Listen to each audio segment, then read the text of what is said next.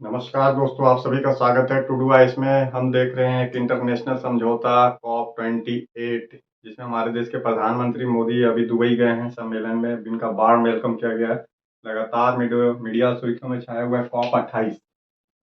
एक शब्द आ रहा है COP 28। तो हम 28 पे बाद में बात करेंगे। इससे पहले कॉप को देखते हैं कि कॉप क्या है। देखिए, कॉप जो है इसका फुल फॉर्म है, कॉप वो वाली पुलिस नहीं है।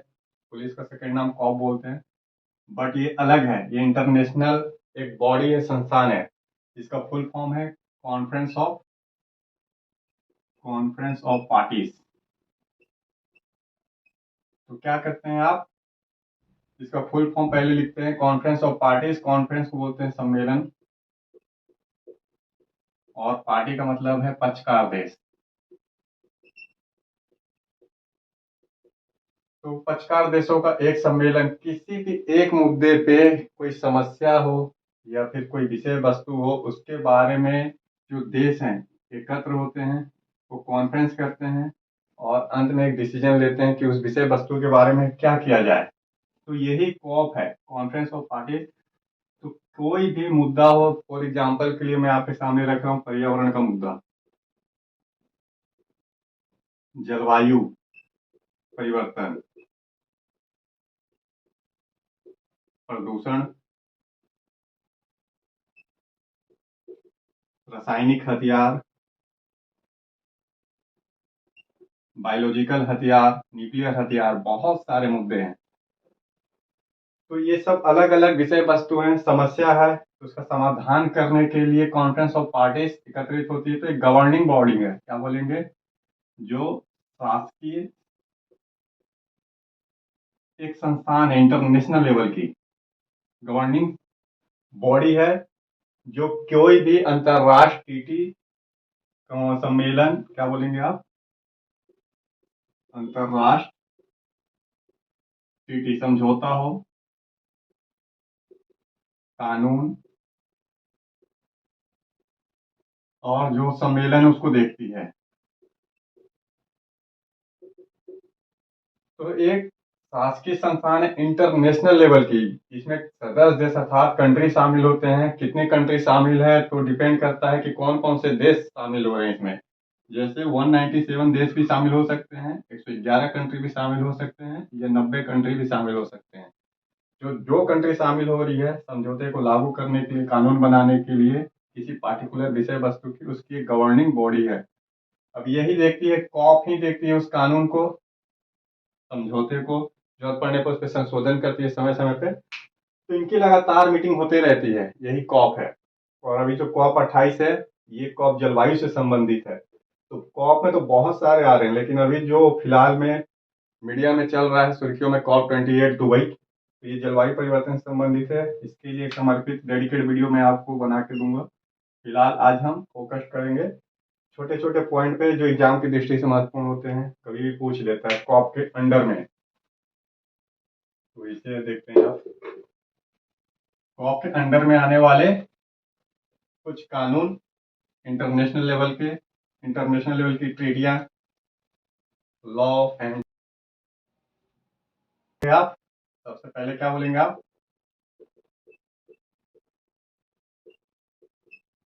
एक साइड रखिए सम्मेलन समझौते को, एक साइड समझौता कानून को रखना है आपको।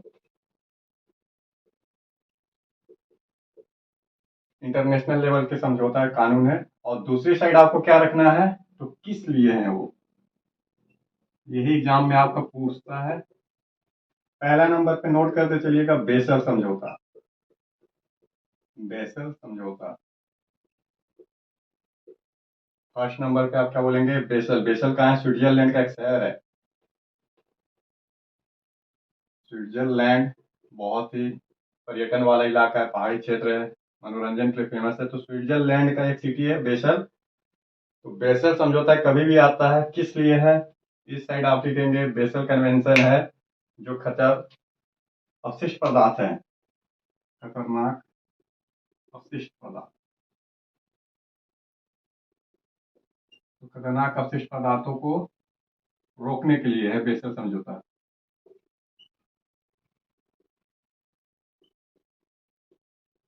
कोई एक कंट्री क्या कर रहा है, खतरनाक अवशिष्ट पदार्थ बना रहा है, दूसरे देश में डंपिंग कर रहा है। तो ऐसे करने के लिए इसे रोका जाए कैसे भी, इसके लिए एक बेसल समझौता है। तो आप बोलेंगे बेसल समझौता खतरनाक अपशिष्ट पदार्थों को रोकने के लिए है। बेसल स्विट्जरलैंड का एक शहर है। दूसरा देखिए आप यहाँ पे बोलेंगे क्योटो प्रोटोकॉल। क्योटो प्रोटोकॉल,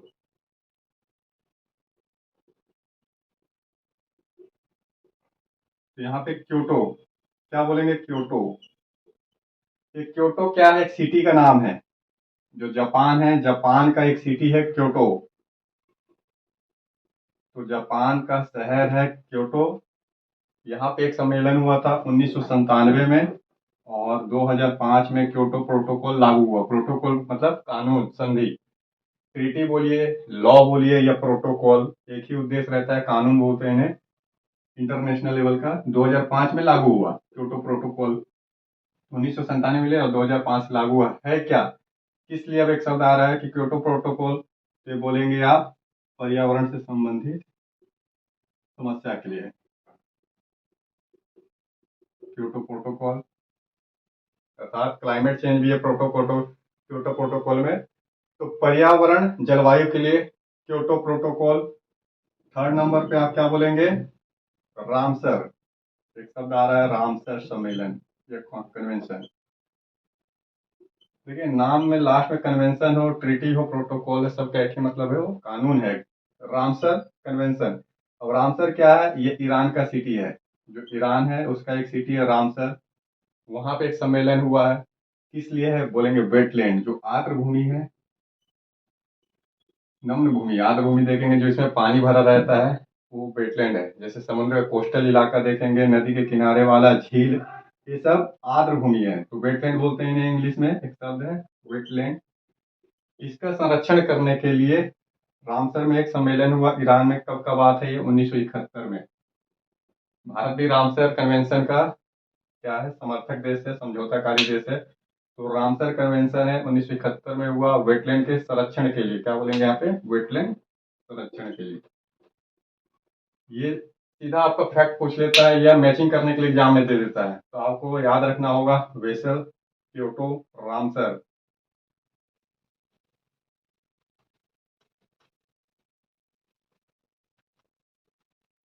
ये सब कॉप के अंडर में आने वाले समझौते हैं, भी याद रखना है आपको। ये जो कॉप शब्द है इसी के अंडर में समझौता हुआ है। फिर मिनीमाटा, मिनीमाटा सम्मेलन, ये मिनीमाटा कानून, मिनीमाटा, जब भी ये मिनीमाटा आएगा आपका नाम याद रखना है चौथे नंबर पे, तो क्या बोलेंगे, मिनीमाटा। ये पांचवा नंबर जो भी है सीक्वेंस से चल रहा है। मिनीमाटा एक शब्द है, जापान का एक सिटी है। तो जापान का शहर है मिनीमाटा। इस शहर के नाम पे क्या है, मिनीमाटा सम्मेलन कॉन्फ्रेंस या कानून रखा गया है। किसके लिए है, मरकरी का जो प्रदूषण है, मरकरी मतलब पारा, मरकरी प्रदूषण को रोकने के लिए। मरकरी का मतलब है पारा, पारा से जो प्रदूषण होते हैं उसको रोकने के लिए। देखिए बहुत सारे लोग मर गए थे मिनीमाटा शहर में पारे के प्रदूषण के कारण। पारा क्या है, जैसे आप देखेंगे थर्मामीटर जो आप इस्तेमाल करते हैं उसमें पारा रहता है, सिंदूर में पारा रहता है। तो मरकरी प्रदूषण करता है जल को, भूमि को। इसके कारण जापान में बहुत सारे लोग मर गए थे। तो वहीं पे सिटी में मिनीमाटा कॉन्फ्रेंस हुआ था, जापान का शहर है, मरकरी प्रदूषण को रोकने के लिए।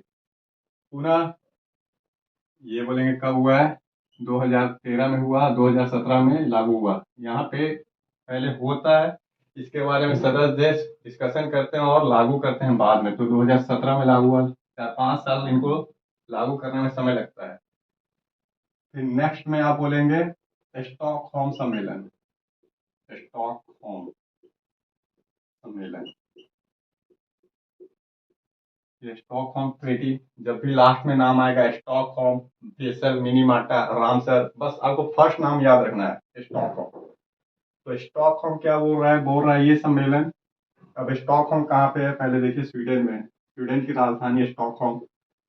तो स्वीडन की राजधानी स्टॉकहोम में हुआ, किस लिए हुआ है, तो बोलेंगे जो रसायन से होने वाला प्रदूषण है, रसायन अर्थात केमिकल चीज होते हैं, तो रासायनिक पदार्थ हैं जितने भी रासायनिक पदार्थ है उससे होने वाला प्रदूषण, इसको रोकने के लिए। और बेसल कन्वेंशन किस लिए था, अब यहीं पे अंतर आता है। स्टॉकहोम कॉन्फ्रेंस तो रासायनिक पदार्थों का प्रदूषण रोकने के लिए है, लेकिन बेसल जो था स्विट्जरलैंड में है। ये किस लिए था, इन्हीं दोनों में कंफ्यूजन फिर हो जाता है। तो वो पदार्थ था अवशिष्ट पदार्थ, जैसे कांच हो, फिर आपका लकड़ी, प्लास्टिक, तो अवशिष्ट पदार्थ के लिए था। और ये क्या है, रासायनिक पदार्थ के लिए है। दोनों प्रदूषण को रोकने के लिए ही है। तो स्टॉकहोम कॉन्फ्रेंस और बेसल कॉन्फ्रेंस है। और इससे पहले आप देखें रामसर कन्वेंशन, क्योटो प्रोटोकॉल। अब यहाँ पे और भी है, देखिए। तो कॉप के अंडर में ही UNFCCC आता है। इसी के अंडर में क्या है, यूनाइटेड, इसका पूरा नाम लिखना है। यूएन का मतलब यूनाइटेड नेशन। फिर क्या बोलेंगे, United nation framework, United nation framework on conference convention, conference है क्लाइमेट चेंज। पहले देखिए, यू का मतलब है यूनाइटेड, एन का मतलब यूनाइटेड नेशन है, तो संयुक्त राष्ट्र हो गया। संयुक्त राष्ट्र, इसका फुल फॉर्म है यूनाइटेड नेशन। फिर एफ फॉर बोलेंगे फ्रेमवर्क है, अर्थात एक ढांचा, कानून। सी फॉर कन्वेंशन, सम्मेलन, क्लाइमेट चेंज। तो 3C है, कन्वेंशन ऑन क्लाइमेट चेंज कर दीजिएगा। तो United nation framework convention on climate change, ये है जलवायु परिवर्तन को रोकने के लिए है। जलवायु परिवर्तन, यही जलवायु परिवर्तन से संबंधित अभी सम्मेलन हो रहे हैं, COP 28। इससे पहले जलवायु परिवर्तन संबंधित 27 सम्मेलन हो चुके हैं। लास्ट सम्मेलन शर्म अल शेख मिस्र में हुआ था।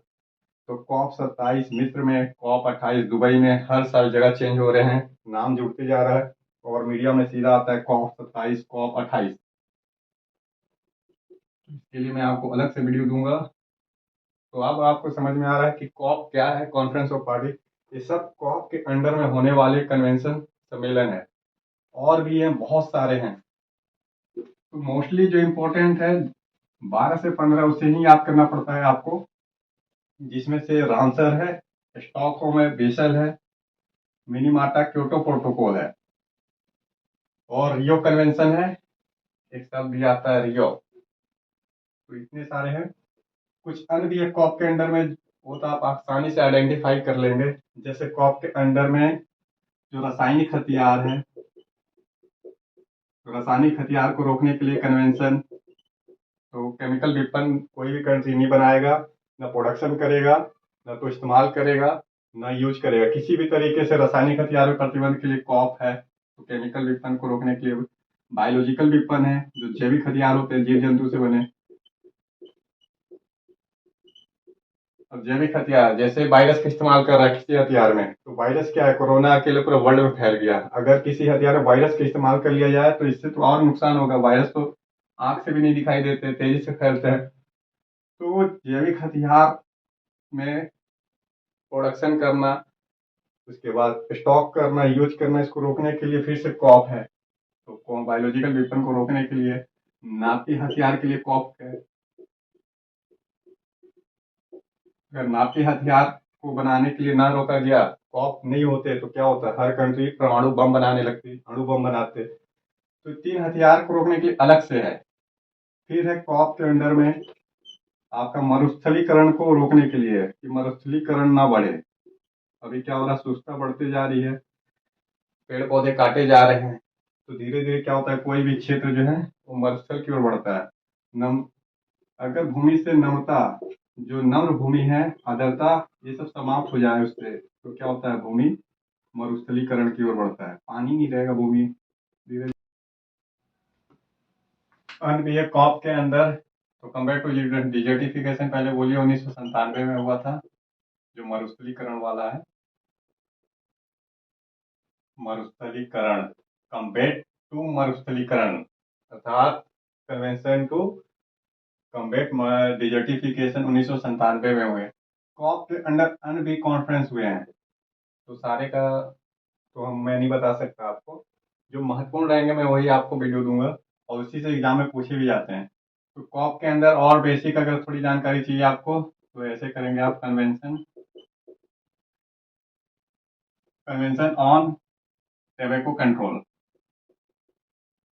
Tobacco control. तंबाकू को रोकने के लिए कॉन्फ्रेंस हुए हैं। WHO का एक कॉन्फ्रेंस है जिसके अंदर पार्टिकुलर देश इकट्ठे हुए, और तंबाकू के विस्तार विचार को रोकना है, क्योंकि इससे क्या है, कैंसर फैलते हैं। तो टेम्बेको से, टेबेको अर्थात इंग्लिश में शब्द है, तंबाकू हिंदी में। तो इसको रोकने के लिए एक अलग से कॉप के अंडर कॉन्फ्रेंस है, जिनेवा में हुआ था। अगर सीधा पूछ लिया आपसे जिनेवा कन्वेंशन किस लिए है तो बोलेंगे टेबेको कंट्रोल करने के लिए है। फिर बोलेंगे कन्वेंशन अगेंस्ट करप्शन, तो भ्रष्टाचार को रोकने के लिए समझौताकारी देश है। सस्टेनेबल डेवलपमेंट का गोल भी है कि करप्शन को रोकना है। तो कॉप के अंडर कन्वेंशन अगेंस्ट करप्शन है, कॉप के अंडर टोबैको कंट्रोल है। जो इम्पोर्टेंट है, इसमें दो महत्वपूर्ण और निकलेंगे, वो है सिटीज। कॉप के अंडर सिटीज, इसका फुल फॉर्म देखिए क्या है, convention, convention of international, international trade of endanger, endangered species, flora and fauna. English में है तो इसको हिंदी करिएगा। सिंपल भाषा में कॉप के अंडर सिटीज क्या है, यहाँ पे बोल रहा है जो खतरनाक, खतरे में है जीव जंतु जिनका अस्तित्व खतरनाक हो चुका है, कभी भी समाप्त हो सकते हैं, जैसे शेर, चीता, बाघ, हाथी। तो जीव जंतु हैं, वनस्पति भी शामिल है इसमें, जैसे सागौन, साल, और भी चंदन की लकड़ी। इन सब का इंटरनेशनल लेवल पे ट्रेड ना हो, खाल के लिए, इनके बाल के लिए, हड्डियों के लिए, दांत के लिए, तो इसको रोकने के लिए इंटरनेशनल लेवल पे एक समझौता है, सीरीज बोलते हैं। क्या बोलेंगे कि अंतरराष्ट्रीय स्तर पे इनका व्यापार ना हो, इंटरनेशनल ट्रेड ना हो, जो खतरे में अस्तित्व, जिन भी पेड़ पौधे जीव जंतु का अस्तित्व खतरे में, उनका, उनको रोकने के लिए सिटीज, तो शॉर्टकट में सिटी कभी दे देता है आपका, सिटी किस लिए है, और मैचिंग करने के लिए तो आप बोलेंगे सिटीज, जीव जंतु के ट्रेड को रोकने के लिए इंटरनेशनल लेवल पे। देगा मॉन्ट्रियल प्रोटोकॉल, मॉन्ट्रियल प्रोटोकॉल, ये शब्द आएगा, बहुत इंपॉर्टेंट है मॉन्ट्रियल प्रोटोकॉल।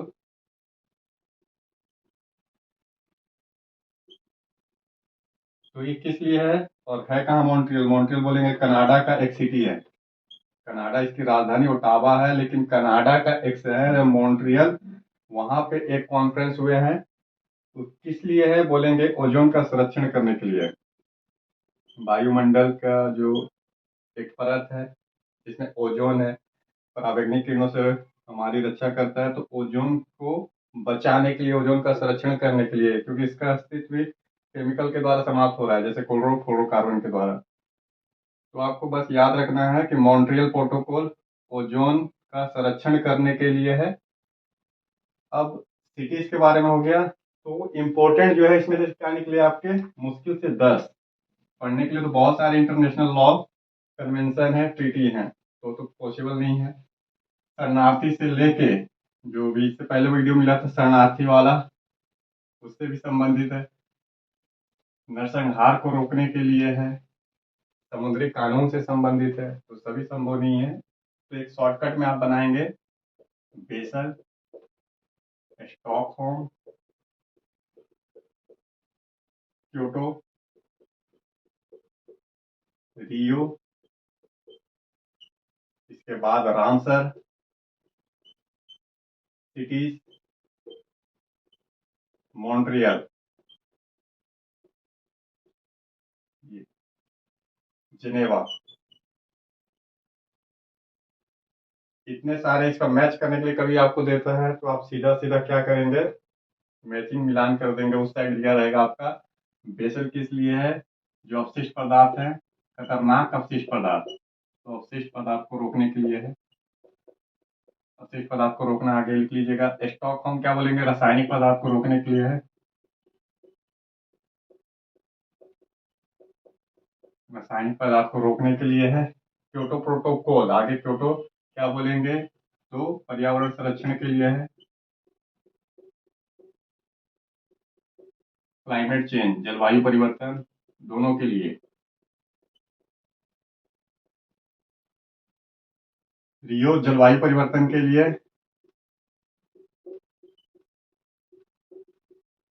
फिर रामसर क्या बोलेंगे आप, तो इसमें रामसर देखिए क्या है, रामसर साइड है कहाँ पे है, ईरान में, तो बोलेंगे वेटलैंड, आर्द्र भूमि के संरक्षण के लिए है।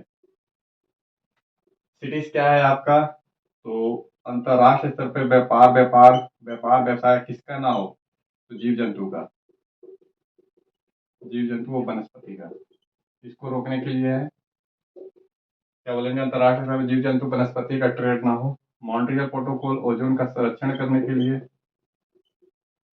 और जिनेवा क्या है, तंबाकू कंट्रोल करने के लिए कॉप सम्मेलन है। तो ये है आपका टोटल कॉप। बहुत इंटरनेशनल कानून काफी टफ होते हैं, किसी एक देश को मान होता है, किसी एक देश को मान नहीं होते हैं।